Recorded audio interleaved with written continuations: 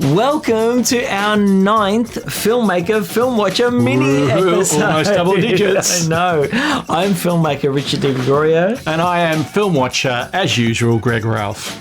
So, this episode, Greg, So our minisodes are always films that have just come out. They've just come out. And this one's been highly, anticipated. And fated. Yes. And we're talking about Christopher Nolan's The Odyssey. Yep. Which we have just seen. Yes. And we're going to talk about it. Yes. I might say yes all the way through this episode. I'll let you take it away. Yes. Because we saw it in 70mm. Yes. At the wonderful Art Deco cinema, the Astor in Melbourne. Which we talked about many times. Yes. Yes. So go ahead. Yes.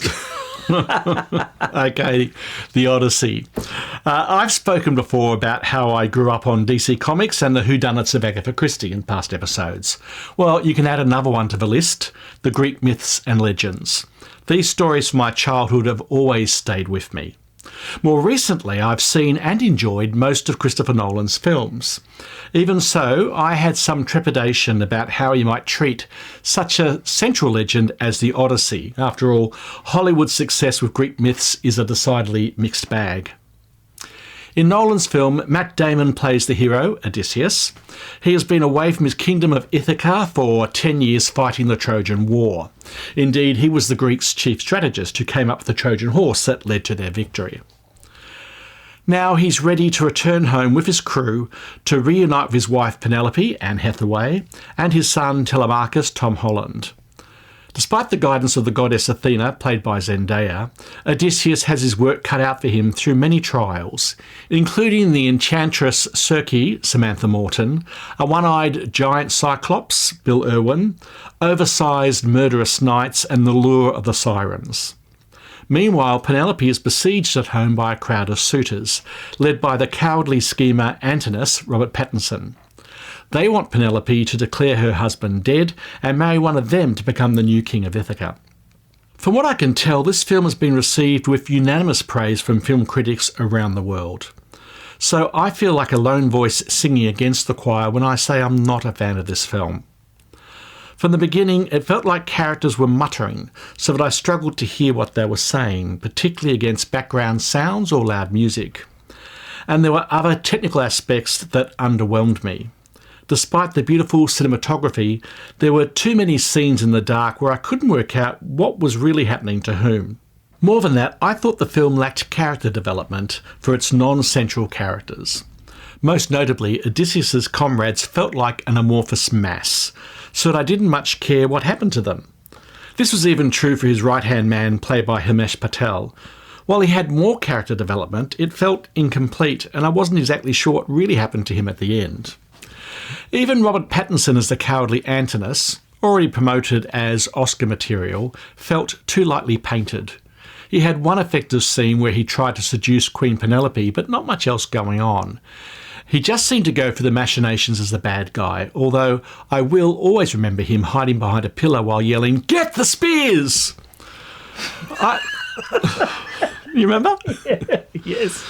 I wasn't particularly enamoured by the performance of Tom Holland or even Zendaya, but there were good performances amongst the supporting cast, most notably John Leguizamo as Eumaeus, faithful servant to the crown. But overall, I felt distanced from the characters. It felt like Nolan was more interested in spectacle than people. Now, there were certainly some arresting sequences, such as the fall of Troy, or visiting the underworld, and the working of Circe's enchantment on Odysseus's companions, and powerful visuals such as the vertebra-like helmet of Agamemnon, leader of the Greek forces, and the Trojan horse sticking out of the beach's sand, reminiscent of the Statue of Liberty in the Planet of the Apes. But there wasn't enough of this for me in this almost 3-hour film. And there were also missed opportunities, particularly for fans of the original Odyssey. The sirens were just blink and you'll miss it smudges in a distant mist, whereas this could have been a cinematic highlight. I think I can see and like what Nolan is seeking to do here. To use the story of the Odyssey to paint the chaos and cacophony of war, which he does effectively, and then treat Odysseus's long and arduous journey as a metaphor for PTSD and guilt, showing the difficulty of returning home from such experiences. The most notable change that Nolan makes to the original story is in the role of the nymph Calypso, played by Charlize Theron. She was originally Odysseus's jailer, using enchantment to keep him as her sexual captive for 7 years. But now she is clearly his therapist, helping him to forget and then to remember and process what happened to him and to his crew so that he can heal before he's ready to return to his family and home. This was an intelligent reimagining, as was Odysseus's suggestion that the Trojan War was less about betrayal and honour and more about opening up trade routes. I just wish there'd been more like this. I imagine this film will do quite well at next year's Oscars, given the critical response to date, particularly for Matt Damon and Anne Hathaway in the leads. But I would much rather give the Best Actor nod to Ryan Gosling for Project Hail Mary, where he kept you brilliantly engaged for a similar length film with far fewer characters and less action spectacle. It was a film where I cared about the characters, both human and artificial. Or perhaps even give the nod to Ethan Hawke for his extraordinary performance in Blue Moon. But what about you, Ricardo? Did this movie bring out your inner hero? It's an interesting one, The Odyssey. It's such a classic story. And you knew the story? Yeah, I did know the story, and I'd watched a few. I watched the version, actually, the Amandesante version in 1997, I think it was. Yeah, TV. TV series, which I really enjoyed as well. I was more interested in Greek tragedies like Euripides, the Bacchae. I never really got into Homer's The Odyssey as much. I mean, I remember I like the story, and I like all the the Cyclops and the 10-year journey and the the sirens. I mean, it's all been. I mean, there's been lots of different films about that. I think Oh Brother, Where Art Thou sort of went on that sort of journey as well. They sort of went on the Odyssey and used the metaphors and whatnot. So it's been around for a very long time. But I'm not by all means a professor or in understanding the depths of this story. But one thing I want from a story is to be moved. And this can be a moving story. I know it's such a huge story and huge journey. And it is a spectacle, this movie. Nolan is all spectacle in this film.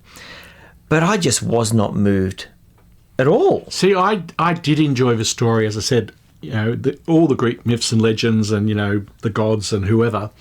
And in this particular story, although I really enjoyed about, the Cyclops and, no one is attacking me, he says to his fellow Cyclops, and the sirens and what happened there. But the bit in the story that always made me teary when I read it was that when Odysseus finally comes home and his faithful dog is there to see him, runs up to him and then dies. That was actually the dog got me a little bit. See, I thought that was shortchanged. Yeah, right, okay, yeah. Like it was there and it kind of looked at him and then it was dead.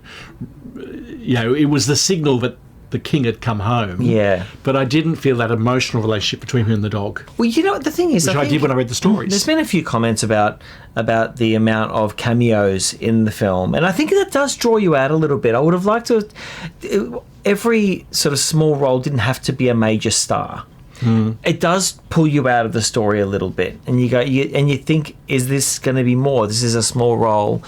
Is there going to be more of this character? But there's not, and you sort of I don't know. It does pull you out a little bit, and I did feel that I was pulled out from it a little bit. I felt that I could see in some parts of it, which was really weird, that I could see them acting. Yeah. In a Christopher Nolan movie, like I felt that they were. I don't know. Everyone's talking about Tom Holland's performance. No, I didn't think so. It was okay. It was fine, but it was Tom Holland. It was not anything groundbreaking. But Matt Damon is very good. I think he's very good in it. I thought Anne Hathaway was good. Anne Hathaway she's always good. Yes, but she was much more steely here. Absolutely. And there's a moment. It's a tough role. Yeah, it's a really tough role.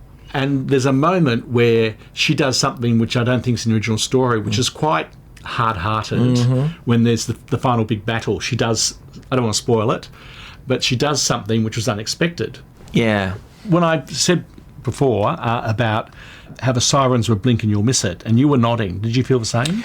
I did feel the same, but it's an interesting one with the sirens because I think they tend to get over-sexualized in so many ways, in so many different versions of it.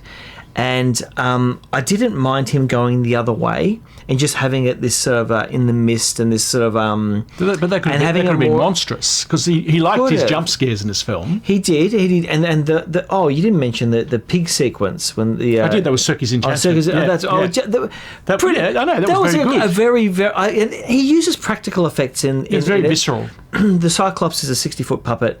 It's not CGI. Is it? Okay. Yes, and so he what they did with this film is amazing, and it is astounding, and it is great. And the world's first feature film shot on IMAX, all IMAX cameras. So look, we didn't see it at IMAX. No, I probably will go back to see it in IMAX just to get that. I don't think I'll watch this again except at home with the subtitles turned on. Yeah, but I kind of agree with you with that. And I kind of agree with you with the cinematography that it is a very dark film. Yeah. It's very dark. In the Cyclops cave. And I can understand that maybe Nolan's trying to communicate that was the world that the sailors found themselves in, so, a dark, scary space. But I couldn't see what was going on. I'm sorry. I actually felt sorry for the Cyclops. Oh, yeah. Because I'm sitting there going, poor Cyclops. Just sitting there doing its thing, having it's got its cheese, it's got its munching a few heads off. Well, not the head, but it's got its own, its sheep. Yeah. And these people come in and they just annoy it, and then I just felt sorry for the Cyclops. Go away, Matt Damon. Oh, listen, the giant murderous knights that looked a little bit like robots. Yeah. And there was a child. Oh, that section. Screamed. I'm sorry, What was that about? I don't know. And the whole, the big armored guys are. I just thought, what am I watching here? I don't know. That just threw me out a little bit, that sequence. It's visually okay and great, and I can see why they did it, but it was just, okay. Again, back to the ships. Yeah. It was a lot of that. With few of us. That's right. And then more arguing about... Well, and the other interesting thing about the Odysseus character, and I was thinking about this after we saw it, is that a number of times in the film, someone dies and he says, we haven't got time to worship them. Other characters saying we've got to, burn them or, do rituals or something. And he was always saying, there's no time for that. We've got to move on. Yeah. Like he was a very hard-hearted person. Yes. Very, very, very pragmatic. Yes. Which probably goes with the strategist kind of part of who he is as well. And then when Penelope does what she does in that final scene, the final battle, you can kind of see how they're a good match. Like, you believe their relationship, you really do. Oh, you do. Yeah. Yes, absolutely. And it's an amazing one because you don't see them together that often. No. But I didn't. But you feel them. But I didn't believe the father-son relationship, even though that's a key driver of Telemachus, Tom Holland. No, I didn't either. Yeah. No, that didn't get to me. But overall, it is a spectacle. Which I think is why it's getting the kudos that it is, although there are respected film critics who have seen much more in it. Oh, people are calling it the best movie ever made. I mean, that's quite clearly cabaret, yes. right? I'm going to get into it, but I think people should just get over Elliot Page's character and also Lupita Nyong'o as Helen of Troy. Just get over it, guys. It's just, they're fine, and it's okay. Well, it's interesting how the same actress plays both Helen of Troy and her sister Clytemnestra. Yeah. Who's the queen to King Agamemnon.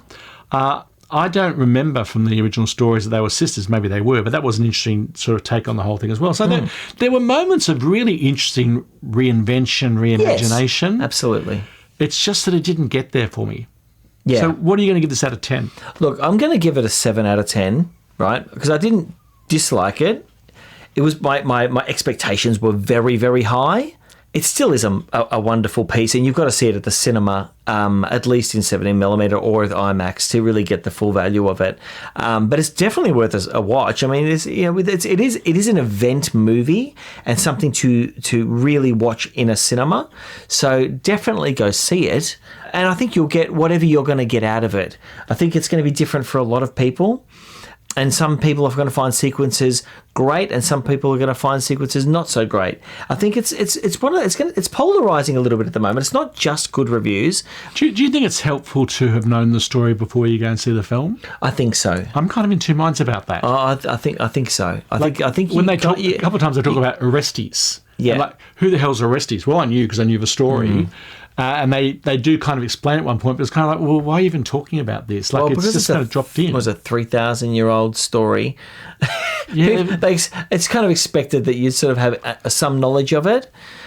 Well, I think a lot of people won't. Yeah. A lot of people, and spoiler alert, sorry, folks, if you don't know the original story, a lot of people may not necessarily know that most of his crew, shall we say, don't make it back. Yeah.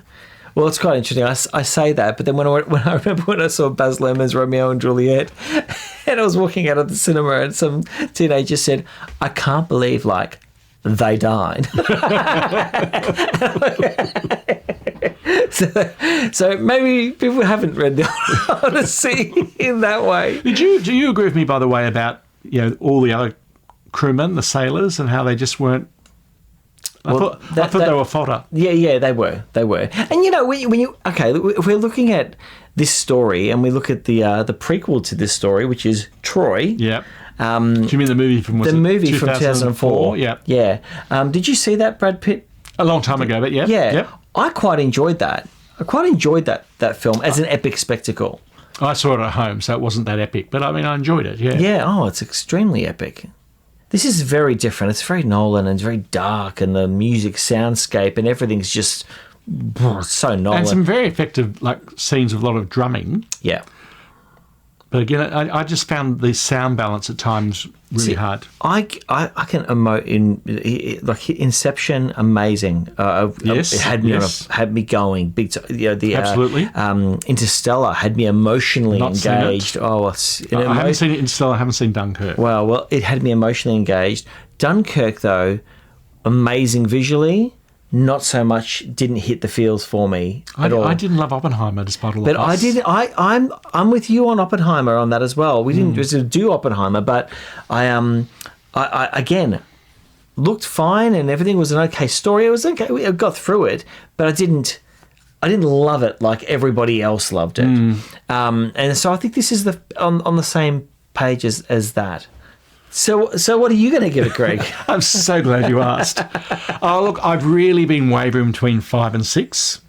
So I'm going to give it 5.5. 5.5. Yeah. That's harsh. Yeah. It is a spectacle, though. But it was from a technical point of view, it is a wonderful film to watch. I can't help but compare it in my mind with Project Hail Mary, which I don't think you've seen. I haven't seen that.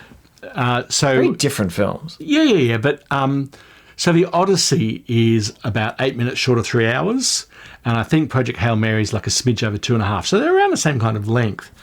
Very, very different films, but also very different the way they engaged me. I was a little bit worried going into Project Hail Mary, but I might fall asleep. I was a bit tired, and I was disengaged. And so much of that had to do with Ryan Gosling's performance. You really do need to see it. Yeah. And maybe then we could talk on here about it, because I think it's an excellent film, and I really hope that he should certainly get nominated. I hope he wins based on what I've seen so far. But here, because there were these things that got in the way of the story for me, the character development, the sound and light and so on, even though there were exceptionally good parts, to me it was a bit like the old joke about the curate's egg. It was good in parts, full stop.